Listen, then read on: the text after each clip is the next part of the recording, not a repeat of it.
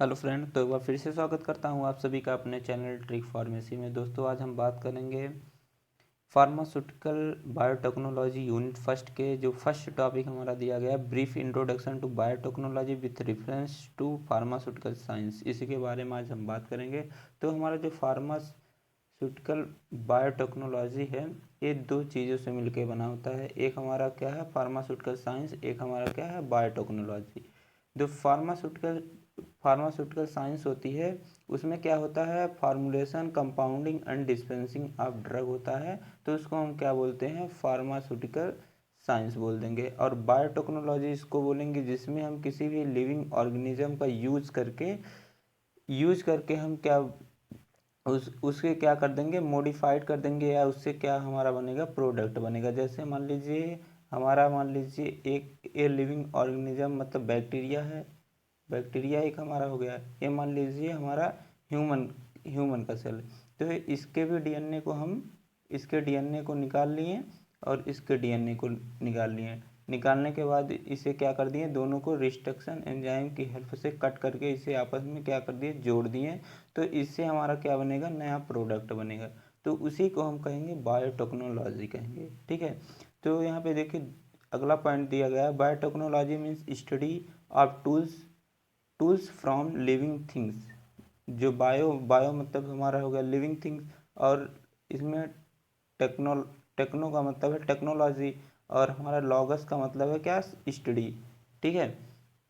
फिर हमारा दिया गया जो बायोटेक्नोलॉजी टर्म है, इसका जो सबसे पहले यूज़ करने वाले जो साइंटिस्ट थे उनका नाम क्या था, Caroli इर्की।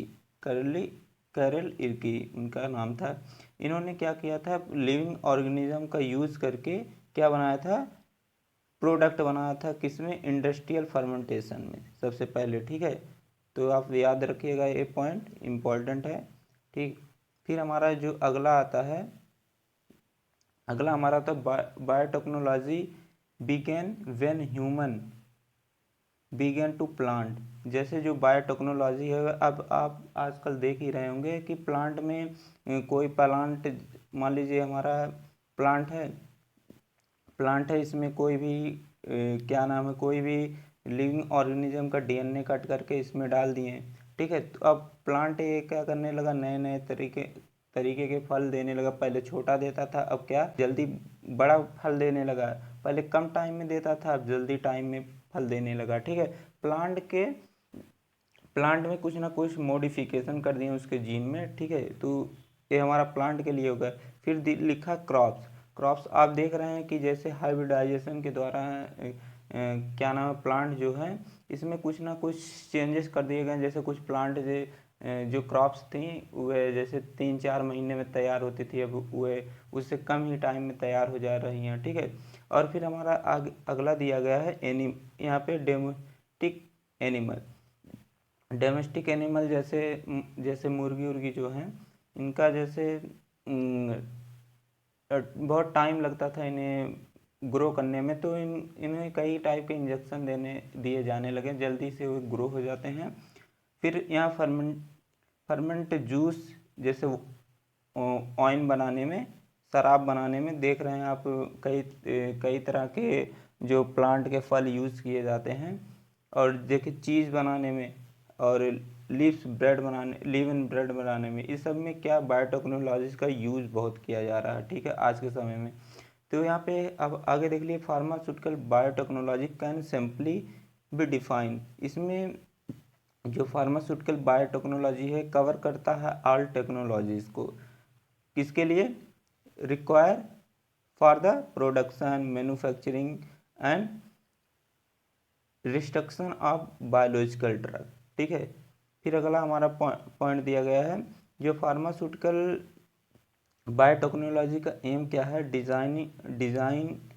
Design product drug and adapted to each person genetic makeup the which can give the maximum therapeutic effect। जो फार्मास्यूटिकल बायोटेक्नोलॉजी है, इसे फार्मा वर्ड मतलब आप समझ रहे हैं, फार्मा मतलब ड्रग। फार्मास्यूटिकल बायोटेक्नोलॉजी में ऐसे लिविंग थिंग्स का यूज़ करके हम उसके जेनेटिक मटेरियल उसमें मॉडिफिकेशन करके उससे क्या बनाया गया, एक ड्रग, कोई भी ड्रग बनाया गया, तो वह जो ड्रग है वह क्या देगा, मैक्सिमम थेराप्यूटिक इफेक्ट देगा हमारा। ठीक है, यहाँ पे देखिए लिखा गया है मैक्सिमम थेराप्यूटिक इफेक्ट देगा। और biotechnology play important role in pharmaceutical science, जो हमारा फार्मास्यूटिकल बायोटेक्नोलॉजी है इसका जो इम्पॉर्टेंट रोल है बायोटेक्नोलॉजी में, science most specially in the pharmaceutical industry, pharmaceutical industry में भी इसका बहुत ज़्यादा यूज़ हो रहा है। जैसे इंसुलिन बनाने के लिए आजकल ज़्यादा यूज हो रहा है। ठीक है, फिर आगे हम बात करते हैं, यहाँ पे देख लीजिए कुछ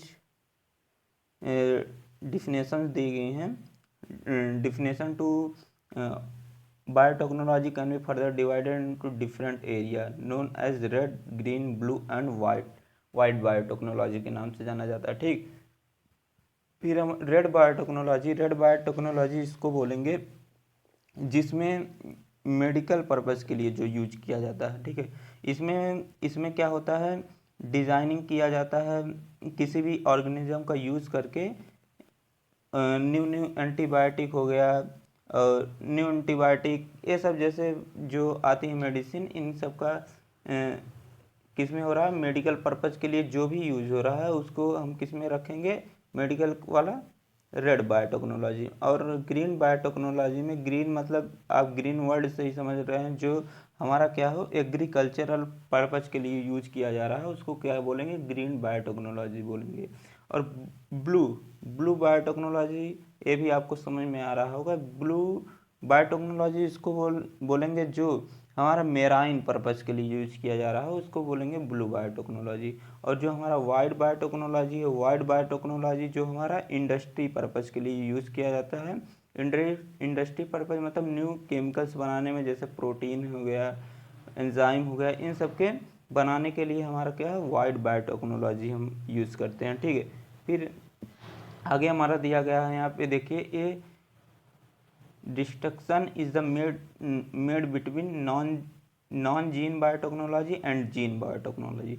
नॉन जीन, इसके नाम से ही पता चल रहा है कि इसमें हम कोई जीन दूसरे लिविंग, किसी एक, मान लीजिए एक, ये हमारा लिविंग ऑर्गेनिज्म है, ये हमारा एक लिविंग ऑर्गेनिज्म है, इसका जीन इसमें हम ट्रांसफ़र नहीं करेंगे। ठीक है, जीन को ट्रांसफ़र नहीं करेंगे, बल्कि हम क्या यूज कैसे करेंगे, मान लीजिए ये हमारा कोई प्लांट है, तो कोई और प्लांट इसमें ला के ऐसे जोड़ दिए, जैसे आप कलम करके लगाते हैं कोई भी, वैसे हम करेंगे। ठीक है, इसमें हम जीन की चेंजिंग नहीं करेंगे। ठीक है, हाइब्रिडाइजेशन देखिए यहाँ पे दिया गया कुछ एग्जांपल, यहाँ पे involving plant tissue culture, hybrid seed production, microbial fermentation production, hybridoma, antibiotic and immunochemistry, ये सब दिया गया। और जीन बायोटेक्नोलॉजी होता है, इसमें क्या करते हैं हम कि एक जीन किसी ऑर्गेनिज्म से निकाल के किसी दूसरे ऑर्गेनिज्म में क्या करते हैं, ट्रांसफ़र करते हैं, तो इसको हम बोलेंगे जीन बायोटेक्नोलॉजी बोलेंगे। ठीक है,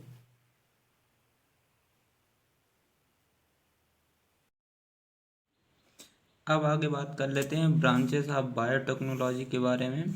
तो इसमें हमारा पहला था माइक्रोबायोलॉजी।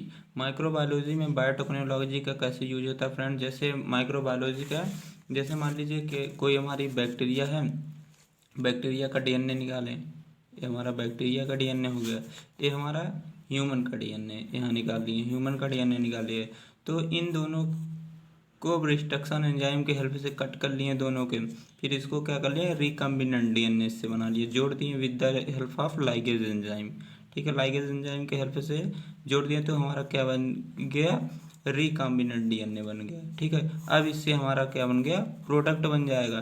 ठीक है, तो इसलिए माइक्रोबायोलॉजी का यूज़ किस में होता है, बायोटेक्नोलॉजी में। फिर हमारा आगे आता है फार्मास्यूटिकल माइक्रोबायोलॉजी, वैसे सेम है। ठीक है, फिर हमारा अगला आता है बायोकेमिस्ट्री। बायोकेमिस्ट्री में जैसे मान लीजिए फ्रेंड्स, एंजाइम है, एंजाइम का यूज करके हम किसी भी रिएक्शन को कैटालाइज करते हैं, ठीक है, रिएक्शन को बढ़ा देते हैं जिससे हमारा कोई भी चीज़, कोई भी प्रोडक्ट का प्रोडक्शन ज़्यादा हो और जल्दी समय में हो जाए, ठीक है। तो इसलिए बायोटेक्नोलॉजी का यूज हम बायो केमिस्ट्री में करते हैं। फिर हमारा आता है अगला मेडिकल बायोटेक्नोलॉजी। मेडिकल बायोटेक्नोलॉजी में भी जो है बायोटेक्नोलॉजी की एक ब्रांच है। फिर हमारा मॉलिक्यूलर बायोलॉजी है। मॉलिक्यूलर जैसे स्ट्रक्चर में चेंज करके हम किसी भी प्रोडक्ट का प्रोडक्शन ज़्यादा कर सकते हैं, ठीक है। फिर हमारा आता है फर्मेंटेशन टेक्नोलॉजी। फर्मेंटेशन आजकल आप देख ही रहे होंगे, फर्मेंटेशन टेक्नोलॉजी का यूज़ करके वाइन बनाने में किया ही जा रहा है। फिर हमारा आता है जेनेटिक। जेनेटिक जैसे हम माइक्रोबायोलॉजी का देखें, जेनेटिक मॉडिफिकेशन करके किसी भी प्रोडक्ट का प्रोडक्शन बढ़ाने के लिए, ठीक है, जेनेटिक का यूज़ भी होता है, ठीक है। यह भी ब्रांच है बायोटेक्नोलॉजी का। फिर हमारा आता है एग्रीकल्चरल बायोटेक्नोलॉजी। जैसे देख रहे हैं एग्रीकल्चरल बायोटेक्नोलॉजी का यूज़ वहाँ जैसे क्रॉप्स जो हैं, क्रॉप्स का हाइब्रिडाइजेशन करके उनका जल्दी जल्दी प्रोडक्शन हो, ठीक है, फसल जल्दी जल्दी लगे, ज़्यादा मात्रा में जो हमारा अनाज है उसका प्रोडक्शन हो, ठीक है। फिर हमारा आता है सेल बायोलॉजी। सेल बायोलॉजी में जैसे सेल कल्चर अच्छा अगर हमारा सेल कल्चर रहेगा तो बैक्टीरिया हमारा ज़्यादा ग्रो करेगी। जब हमारा बैक्टीरिया ज़्यादा ग्रो करेगी तो उससे हमारा क्या होगा, जो हमें प्रोडक्शन कराना है, जिस एंजाइम जो भी कराना है, एंजाइम का हो गया, प्रोटीन का हो गया, जो भी कराना है उस हमारा ज़्यादा होगा। तो यह भी हमारा ब्रांच है बायोटेक्नोलॉजी का। फिर हमारा इन्वायरमेंटल बायोटेक्नोलॉजी। इन्वायरमेंटल बायोटेक्नोलॉजी भी ये बायोटेक्नोलॉजी की एक ब्रांच है। फिर टॉक्सोनॉमी है हमारा, ठीक है। फिर हमारा इंजीनियरिंग बायोटेक्नोलॉजी। इंजीनियरिंग बायोटेक्नोलॉजी अभी आगे आप पढ़ेंगे, आपको यहाँ वहाँ अच्छे समझ में आएगा। बायोकेमिकल इंजीनियरिंग, ठीक है। फिर हमारा रिकम्बिनेंट डीएनए टेक्नोलॉजी अभी हमने बनाया। रिकम्बिनेंट उसको बोलते हैं जैसे किसी भी बैक्टीरिया का, ये मान लीजिए बैक्टीरिया है, ये मान लीजिए कोई और, ठीक है, कोई और living organism, a living organism B है, ठीक है। इसके डीएनए को निकाल लिए, ठीक है, और इसके भी डीएनए को निकाल लिए। फिर रिस्ट्रक्शन एंजाइम की हेल्प से इसको क्या कर दिए, कट कर दिए, ठीक है, इसको भी कट कर दिए। फिर लाइगेज एंजाइम की हेल्प से इसको आपस में जोड़ दिए, दोनों को जोड़ दिए। तो ये जो हमारा प्राप्त हुआ इसी को बोलते हैं रिकम्बिनेंट डीएनए बोलते हैं, ठीक है। फिर हमारा अगला आता है बायोफिजिक्स। बायोफिजिक्स भी बायोटेक्नोलॉजी की एक ब्रांच है। फिर फूड बायोटेक्नोलॉजी में जैसे नए नए प्रोटीन्स बन रहे हैं, नए नए फूड्स बनाने में, ठीक है, बायोटेक्नोलॉजी की यूज हो रहा है। फिर हमारा मैथमेटिक्स एंड कंप्यूटर साइंस भी बायोटेक्नोलॉजी का ही ब्रांच है। फिर paper textile and leather biotechnology, इसका भी यूज़ आप आगे अच्छे से पढ़ेंगे, ठीक है। फिर हमारा जो आता है हिस्ट्री एंड डेवलपमेंट आपको ये ऐसे याद करना पड़ेगा, ठीक है, इसमें कोई समझने वाली चीज़ है नहीं। देखो, Pasteur proposed the microbe that cause fermentation, ठीक है, फर्मेंटेशन इन्होंने बताया। फिर हमारा कब बताया था, 1857 में, ठीक। फिर हमारा discovery of genetic basic of heredity by the Gregor John Mendel, आप 12th में पढ़े होंगे इसको अच्छे से, ठीक है। एक ग्रेगर जॉन मेंडल इसको कब दिए थे, 1860 में। फिर हमारा फ्लेमिंग डिस्कवर क्रोमैटिन। फ्लेमिंग ने किसका डिस्कवर किया था, क्रोमैटिन कहाँ पे होते हैं, क्रोमोसोम्स में, ठीक है, धागे जैसे होते हैं, ठीक है, 1869 में। फिर the first cancer causing virus is discover by Ross ने किया था सबसे पहले इसका डिस्कवर, ठीक है, 1911 में, ठीक है। Microbes are use to treat सोएक्स for the first time are the mister England, ठीक है, इंग्लैंड से, ठीक है, 1940 में। तो इसको आप ऐसे याद कर लीजिए, ठीक है। फिर यहाँ पे देखिए पेनिसिलिन का जो डिस्कवर पहले किसने किया था, अलेक्जेंडर फेमलिन, ये आप पढ़ते आ रहे हैं, ठीक है। स्ट्रेप्टोमाइसिन कौन डिस्कवर किया था, सेलेमन वॉक्समैन ने, ठीक है। फिर DNA is prove to carry genetic information, ठीक है, जेनेटिक इन्फॉर्मेशन ले जाता है, ठीक है, डीएनए। ठीक, फिर हमारा देखिए डीएनए का जो डबल हेलिक्स स्ट्रक्चर किसने दिया था? क्रिक ने, आप जानते ही हैं। ठीक, फिर हमारा आता है mechanism of DNA replication. DNA replication E coli में स्टडी कौन किया था? मिलेसन एंड स्टेल ने। ठीक है, determination of genetic code by the Nirenberg and Matthaei ने किया था। ठीक है, फिर DNA transformation into E coli 1970 में ये बताया गया था। ठीक, डिस्कवरी ऑफ रिस्ट्रक्शन एंजाइम जो डीएनए को कट करता है, इसकी खोज कब हुई थी? 1961 में हुई थी। ठीक है, इसी प्रकार आप इसको याद कर लीजिए। ठीक है, तो हमारा जो पहला टॉपिक है ये पूरा ख़त्म होता है। अगर आप हमारे चैनल पर नए तो प्लीज़ चैनल को सब्सक्राइब कर दीजिए और लाइक भी कर दीजिए, ताकि अगले वीडियो का नोटिफिकेशन आपको सबसे पहले मिल जाए। Thank you.